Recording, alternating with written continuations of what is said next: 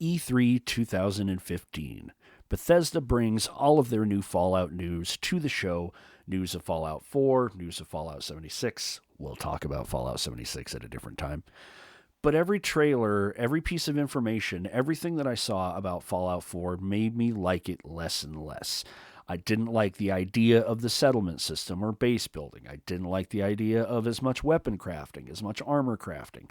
I didn't like the visual style. I didn't like really anything they were bringing to the table.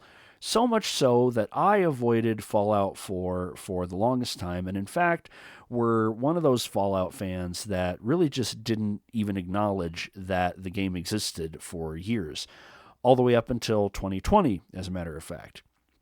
2020, of course, being that time that we shall not mention, where all of us were stuck inside and had to find things to do. Well, after hearing things that my brother had said, a few other people had said, I finally was like, okay, maybe I just need to bite the bullet and try Fallout 4. And I did. I borrowed an Xbox One, an original first-gen Xbox One. I borrowed the game, and I played through Fallout 4. And at that time, I really, really did not like the experience. I didn't like a lot of the things that I had come across during my playthrough. I didn't like them so much so that I actually recorded an entire podcast about all of the things I did not like. That is on SoundCloud. I will include the link below. And I will really try hard not to rehash too many of the things that were in that podcast. All I'm going to say is that since recording that podcast and having played quite a bit of Fallout 4, it's 2024 as I record this, so that podcast was 4 years ago. I am here today to tell you that I was wrong about Fallout 4. And I'm going to illustrate the different reasons as to why I was wrong and kind of go over them, one at a time. First thing, as I said, I didn't care for that trailer. I didn't care for the location of Boston, all of that stuff. Because in my mind, I'm like, Fallout 4 isn't a crafting game. If you want to do something like that, you play like a Subnautica or a No Man's Sky or anything like that. Doesn't belong in Fallout. As it turns out, I was wrong about that. I at first I didn't like it because it felt like it didn't belong, but the more I engaged with the crafting system, the more I engaged with the settlement mechanic, the more I engaged with the weapon crafting and the armor crafting and the tweaks you can do to power armor. I'll touch more on power armor in a little bit. I found myself engaging with it more and more and more, almost to the point where it went from I couldn't be bothered to build a base, I couldn't be bothered to do any kind of real crafting. Now I find myself wanting to craft bigger bases, more elaborate structures, find more room for me to place more things, wanting to network all of the settlements with each other, maybe even not necessarily for the Minutemen, but for my own transportation and item housing needs. I find myself now wanting to craft storage containers in a base so I can bring home more loot and just have it there in case I need it. So that's the first thing that has changed a little bit. Second thing, as I had mentioned before, the power armor. I thought that the power armor seemed pretty gimmicky, especially the way that they used it so close to the beginning of the game with the Deathclaw fight. I feel like they were just trying to throw everything at you from the beginning just to really hook you and make you want to spend dozens, if not hundreds of hours in this world that Bethesda had created. And now I find myself wanting to collect as many pieces of power armor as I possibly can. I mean, I even went and visited Adam Katz. I've collected some of the stuff from the new HD update, all kinds of stuff. I've really fallen in love with the power armor system, and even more specifically with the perks that go with that power armor system to really kind of, bump things up and really make it to where you can use it. Next thing, I did not care for the junk economy. I thought the junk economy was absolutely ridiculous. I thought, they're just trying to use all those things in the environment that they had in like Fallout 3 and Fallout New Vegas, things that didn't really have any kind of purpose. But did they absolutely find a purpose for that? And I now find myself, and it's funny, when I first was playing the game, I didn't realize that one of the things they're trying to do with that is trying to put you in the brain space of a Fallout Wasteland, Commonwealth prospector, thinking about, oh, I need ceramic. Where's the best place to find ceramic? Maybe some place that sells, flatware like plates and cups and stuff. I need aluminum. What's the best place to go to get aluminum? These kind of decisions that you would make if you were actually there and needed something. You think to yourself, well, where am I going to get that? Kind of like you would in real life. Like, oh, I need this. I need to go here to get it. So that's actually pretty genius on Bethesda's part, and something that was completely lost on me to begin with.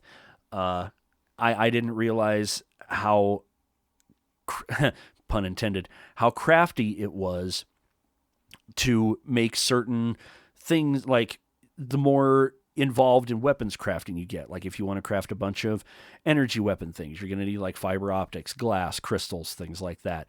If you're just, modding regular guns, then it's, spare metal, screws, springs, adhesive, so much adhesive.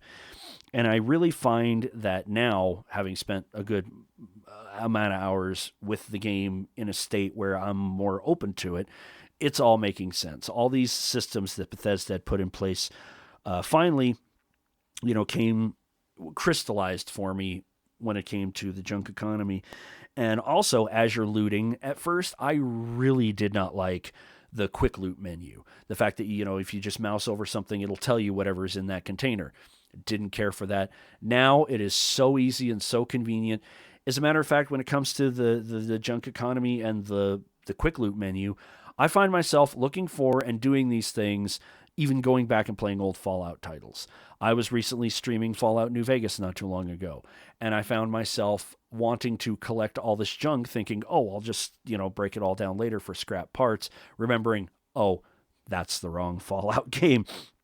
So that was definitely an opinion that flipped quite heartily. I didn't really care for the legendary system at first, and I think a lot of that is just down to my own preferences as a gamer.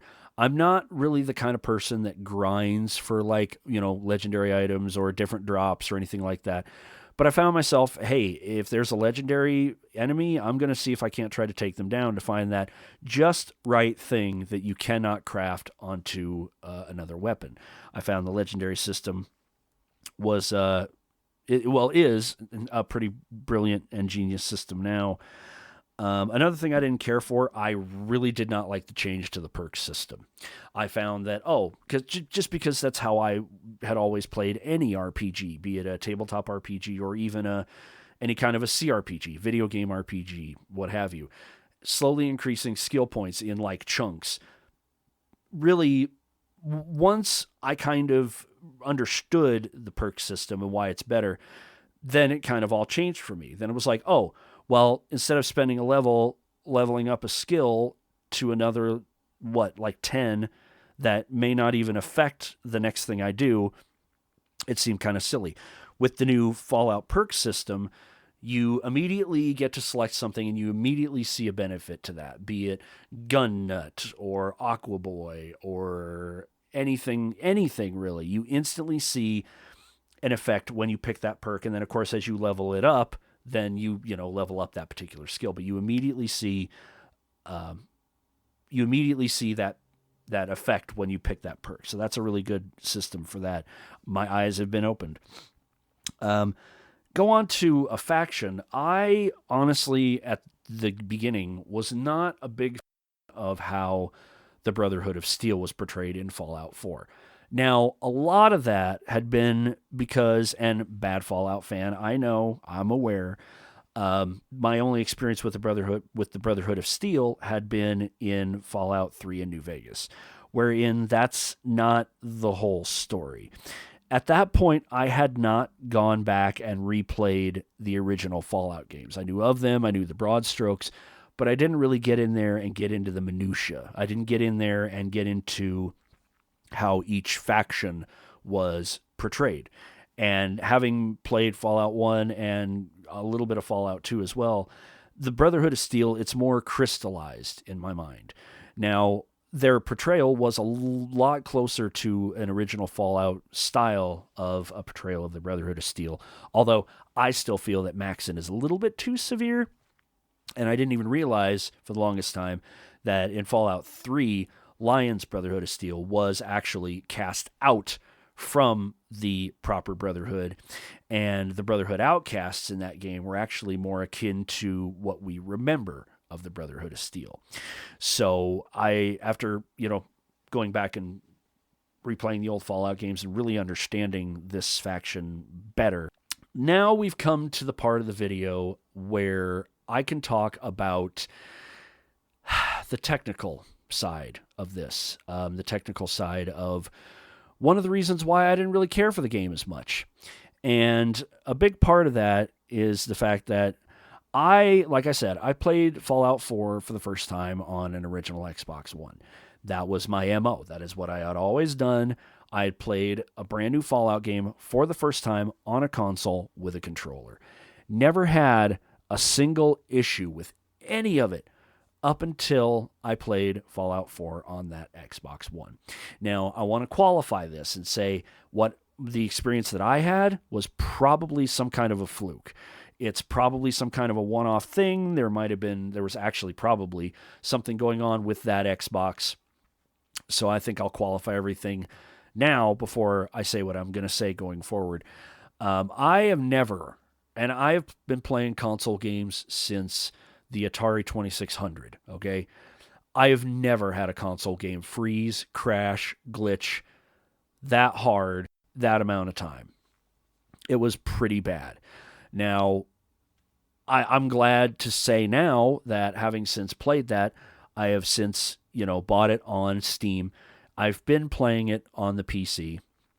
And I know at one point in the original podcast, I had said that I felt like I had reached a saturation point with Fallout 4. Well, now having near as makes no difference 60 hours under my belt on the PC, I can say that it is one of the most reliable titles that Bethesda has ever put out. More so than Fallout 3, more so than Fallout New Vegas, but that's not Bethesda or Obsidian's fault.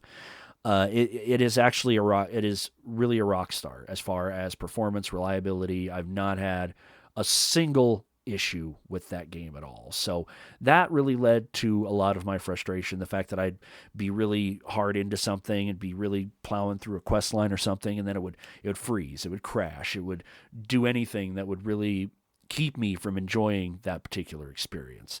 So that added to my distaste of the game. Now having this experience, it's much better as far as reliability and the technical side of things goes.